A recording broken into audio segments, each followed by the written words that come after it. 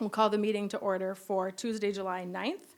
It's 5:30 PM, and this is the regular meeting for Fargo Board of Education. Is there a motion for approval of the agenda? Jim? I move approval of the agenda with the addition on 6B of the HR addendum that was at our workstation. Seconded. There's been a motion and a second. All in favor signify by saying yes. Yes. Yes. Opposed, same sign. Motion passes. Recognition of audience. Thomas Lawrence is here this evening to share a few words. I know you've been here before, Thomas, but I'll read this anyways as it's prescribed for us to do. It's been a couple years, so. Okay, we'll refresh you. At this time, the board will hear comments from the public. We ask that each speaker who has signed up to address the board state their name and address for the record. We would also like that speakers refrain from using this forum to criticize or complain about a specific employee by name. The board is interested in your comments and will listen carefully, but is not obligated to respond or debate issues in this forum. Should you desire a written response to a specific question, you may request it. This evening, you will be allotted a maximum of 5 minutes. Welcome. I'll take maybe a minute and a half of that because I talk really fast. So, Thomas Lawrence, I reside at 2701 9.5 Street North here in Fargo. Currently have the privilege of serving on the Building Capacity and Usage Task Force. This is, I believe, either third or fourth task force I've been on with the school district. I've seen a lot of good things come out of a lot of these, and some frustrating things as well. And it tightened my involvement with the engaging with the schools. The first one that I served on was the Language Facility Planning Task Force a few years ago. And one of the things that came out of that were set of guiding principles, and it came to building usage capacity and that stuff. And those guiding principles were used in the Building Capacity and Usage Task Force that we just wrapped up. And we were asked to rank those the principles. And I remember when we were on the task force originally, the Facility Planning Task Force, and there's board members here that I served on that with, that those are not ranked on purpose, because each one of them they are all important. And by ranking those, I overheard a lot of members on that task force that basically went down the list and, oh, this must be the reason, it's up higher here, so there must be a reason it was. And going through that, it was ranked to begin with when we saw that list, but it was not. And my belief is that the guiding principles for this task force got skewed because of that. And I heard conversations, to that. Put a huge emphasis on building diversity, which buildings, reside where they are, and the neighborhoods make up the diversity of those schools. And if we're trying to move boundaries to have diversity in the school versus what the neighborhood settles in, what effects are we having on those kids? I'm getting a little ahead of myself there. And I believe there's too little emphasis on the walkable, safe routes and neighborhood schools. Majority of this was talking about middle school and high schools. And some of the people, they said it was elementary school only. Well, I remember when we did that for the guiding principles, it was emphasized for elementary schools, not only elementary schools. So in talking with middle and high school principals, they have concerns that if these boundaries, in other administration, if these boundaries get too far away from the middle and high schools, that it will adversely affect a student's ability to be there for after-school activities, seek after-school help academically if they need to. Other issues is that because of transportation. Few of my concerns coming out of that task force was the smallest, and I had Dr. Gross and I had a few conversations about this, but the smallest middle school feeds the largest high school. And we didn't really have a lot of conversations on the building usage and capacity when it came to just CBE, and are there plans, is there a way that we can expand CBE so that it better feeds Fargo South, better feeds the highest capacity high school? That conversation never really seemed to happen in this task force. A lot of the scenarios that we voted on took children too far away from the neighborhood schools, which gets back to what I had just talked about earlier. The plan for CTE at South is still it's still in work, still a thing in flux, and we had discussions about that, taking some of the burden off of the overcrowded schools, because the number is 1,200 and 1,100 school, just hypothetically here as far as capacity, But if those kids are going, some of those kids are going to South, that takes some of that burden away, you know, for that school day. So those are fewer kids that are in the seats in that school at that particular time. Part of my recommendations coming out of this task force is, I felt the need to come here and, make my voice heard, having served on that task force, probably just above and beyond of what was in that report. Just right now, table any secondary school boundary changes until we know where CTE is going, because that is a disruption for families and students alike. Seriously consider adding capacity to CBE since it does feed the largest high school. Any changes should keep K through 12 together as much as possible, elementary through high school. I understand that it gets a little trickier with the amount of elementary schools that there are, but once you reach at least middle school, you should try and keep those children together so you don't break apart social groups, sports groups, everything else, bring them back together, back and forth like that. Kids are resilient, but it's something that's probably unnecessary.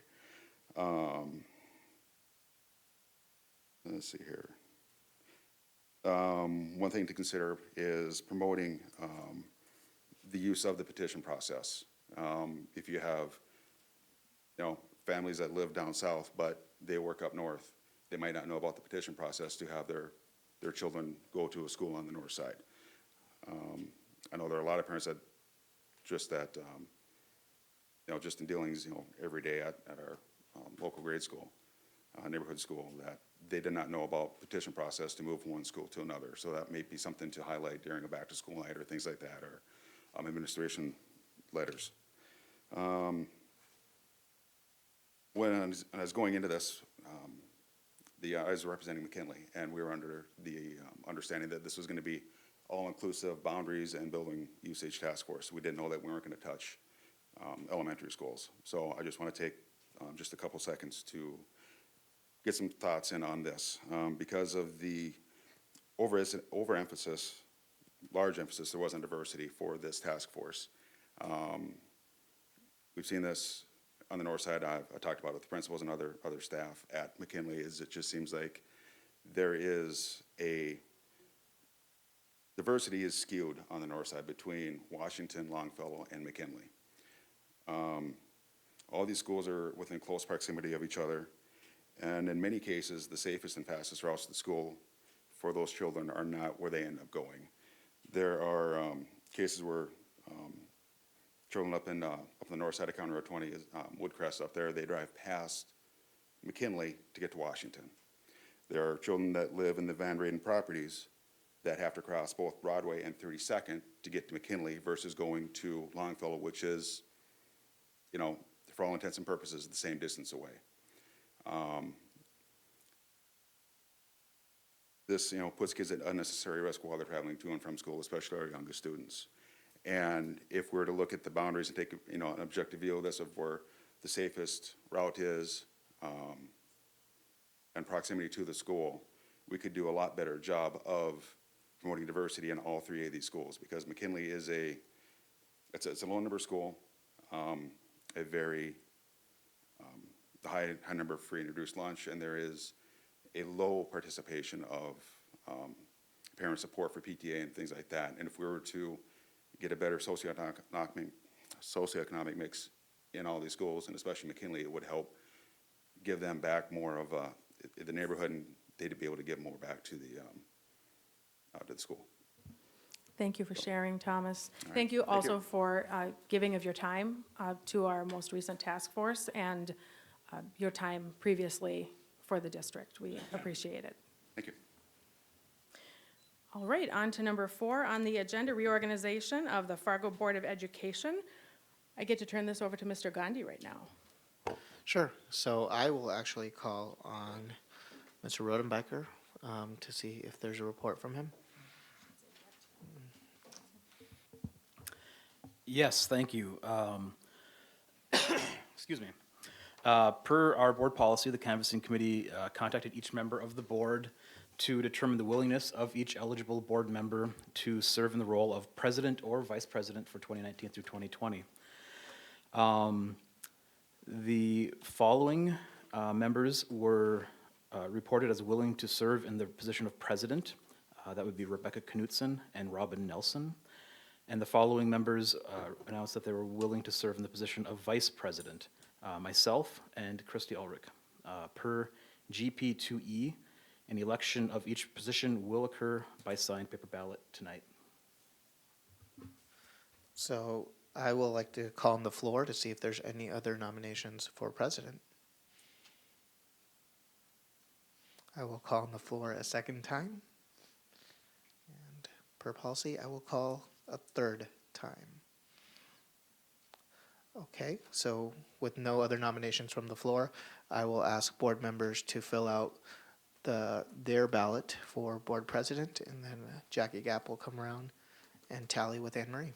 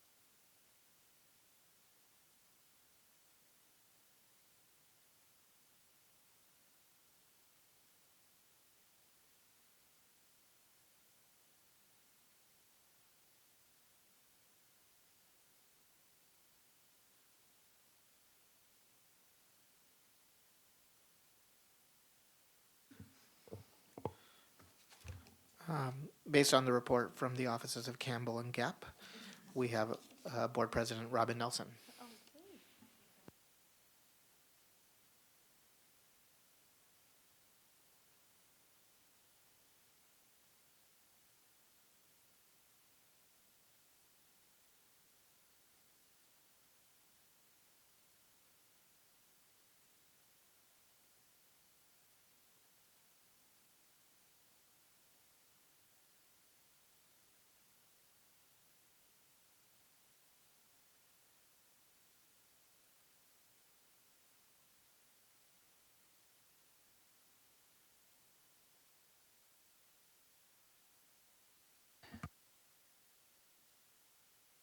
This feels odd. Okay, well, go ahead and same process for the vice president vote, and the lovely Jackie Gap will collect your ballots. Do we need nominations from the floor? Oh, I'm sorry. I'm a little rusty. Are there any further nominations for vice president from the floor? Second request? Are there any nominations from the floor? Okay, feel free to fill out your ballots.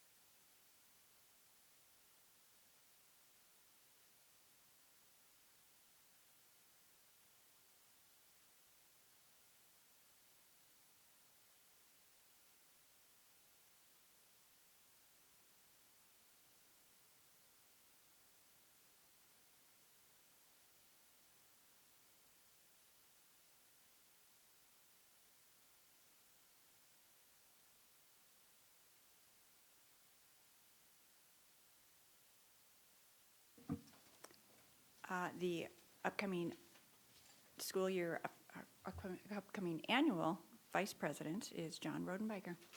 Welcome. Congratulations. Okay, FEA report, there's no one here. So I assume we won't have a report. So, Dr. Gandhi. Sure. I have about 3 things on the superintendent report. First off, I'd just like to acknowledge Fargo Public Schools Activities Director Todd Olson. He was recently named the Activities Director and the best activities director in the nation for this past school year. And if you know Todd, you know it's a very well-deserved award, and I think the article that was published did a great job of saying that his focus has always been on students first, and that's Todd through and through. So just wanted to congratulate him. We're extremely proud to have him as serving our students in Fargo Public Schools. Secondly, I know that this week there's been some coverage around a Level D facility, and just want to provide the board with an update. I know that I've kind of communicated with the board of where we are. There aren't any new updates since our last task force. Administration continues to work with West Fargo Public Schools and regional partners to see how can we provide a setting to provide Level D services for our students. Whatever updates that are provided, those were information that would be provided to the board in our long-range facilities plan.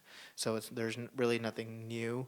However, just wanted to kind of clarify some of those things, that we are looking at a school that serves students for neurobiological disorders that can be inclusive of cognitive disabilities, autism, emotional disturbance, and it would be a school where students are based on their IEP team for a small subset of our student population, and that's really just the gap in services that we don't offer in our district per IDA law. So it's not a school just for challenging behaviors or that where arbitrary decisions kind of get made for placements. And one of the top critical attributes coming out of our task force, which is important for us, is to make sure that the IEP team has clear entrance and exit criteria that would be followed in the school, and also have an opportunity for students to transition back and forth as special education should be. The placement for students should be, their IEP should be progress monitored, and then based on how the students are performing, the IEP team gets to make those decisions, and all of those things would hold true. Also wanted to clarify that this isn't a school where Fargo Public Schools would change any of their practices or policies prohibiting seclusions or our policies on when restraints occur. We follow national guidelines, and we have policies that prohibit seclusions, and that wouldn't happen regardless of any school that we offer, and those policies would stay true for all of our schools. So that was number 2. And then number 3, our school district's always had the fortune to have a strong relationship with the Plains Art Museum. All of our students get to participate through the Center for Creativity there at the elementary level, and they go through at different grade levels and do different projects. So our Plains Art Museum here in Fargo is going through a facilities master planning process. And as we engage in that work and continue to strengthen our partnership with the school district, they've asked me to join their board. So I will be on the board for the Plains Art Museum. So, and that I think is going to have a press release coming out soon as well. So I just wanted to share that with the board. Thank you, Dr. Gandhi. Next item on the agenda is the consent agenda. I'd entertain a motion. I move adoption of the consent agenda with the HR addendum. Second. Okay, there's a move and a second. Any discussion? Okay, I think we can see, we don't need a roll call vote on this, so we can vote on all of the items together. All those in favor vote yes. Yes. Any opposed? No. Motion carries. With the approval of the consent agenda, we approved the minutes of the regular meeting from June 25th, the human resource actions, and then the annual or biannual authorizations and designations due to official newspapers and banks and depositories. Item 6D, that was also included on there. So that is the homeless liaison authorization. So on to the business section, building authority membership, member number 6. It is the time of year when we need to renew our memberships, and everybody should have that document in front of them. I would entertain a motion to start the discussion. Jim? I move that we submit the names of all 9 board members, Dr. Gandhi and Jackie Gapp, as the slate of people that we are recommending for the board for the Fargo District Building Authority. Second. Okay, there's been a motion and a second. Any further discussion? Okay. Anne Marie? Ani. Yes. Benson. Sorry, yes. Johnson. Yes. Knutson. Yes. Brian Nelson. Yes. Paulson. Yes. Rodenbiker. Yes. Ulrich. Yes. Nelson. Yes, motion carries. Item number 8, board reports, July 11th board work session. Go ahead. Oh, okay. We have the agenda that was presented to us prior. Is there anything that we need to go over prior to it, in your opinion? No, I think we have the agenda for board members to review. If they have any questions or considerations prior to Thursday, please let us know. Okay, very good. So bright and early at 8 a.m. at Fargo South. Okay. Board Summer Staff Appreciation Picnic. I assume this is Mr. Johnson's. Time is running out. Go twist some arms. Okay. I'll have to raid our CD cupboard. And one other thing, if you're able to be there, please let President Nelson know, because there are many different jobs that board members could fulfill at that event. So she'd probably like to know if you're able to make it. I'm thinking you would anyway. I appreciate that, yes. Thank you, Jim. Thank you, Jim. On to committee liaison and correspondence reports. Let's start with Rebecca. The Native American Commission meets Thursday, but I won't be there because I will be attending the work session. So I will try to provide an update, find out what happened at that meeting, and provide that at our next meeting. That's it. John? I have no updates this evening, thank you. Jennifer? It's Michael Fass. Communications hasn't met, and neither has the health insurance, so I have no updates either. I as well have nothing to report. An exciting group in the summer. Jim? For those that are looking for ways to fill your afternoons, July 15th at noon at the new City Hall, there's going to be a presentation put on regarding the Land Development Code study that's underway and a briefing on what they're calling projects.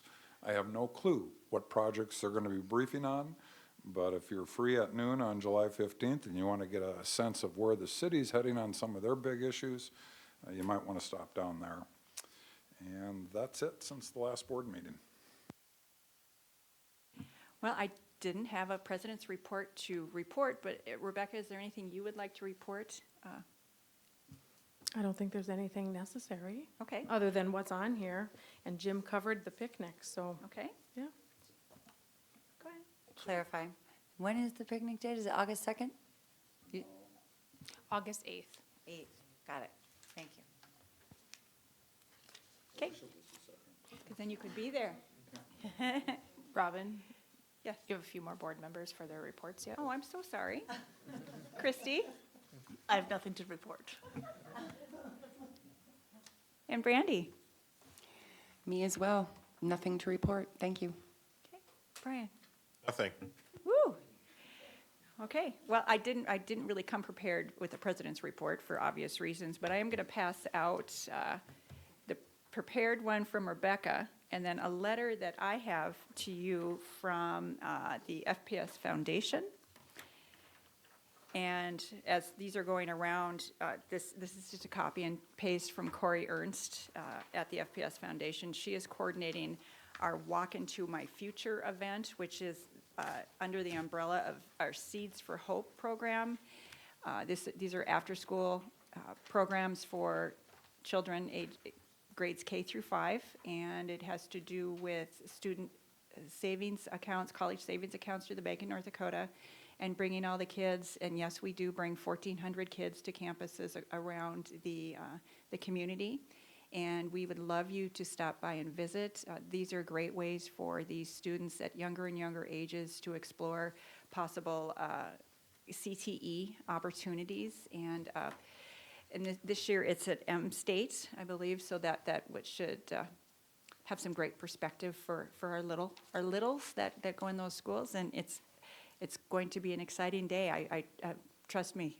Last year at NDSU, it was great fun, and the kids had a lot of fun. And then they also talk about college planning, and a lot of STEM considerations are in there too. So that is just an invitation on behalf of the Fargo Public School Board's Foundation, Fargo Public Schools Foundation, and my organization, and the Y, and the Bank of North Dakota. So, other than that, any highlights on Rebecca's previous president's report? I think it's all there.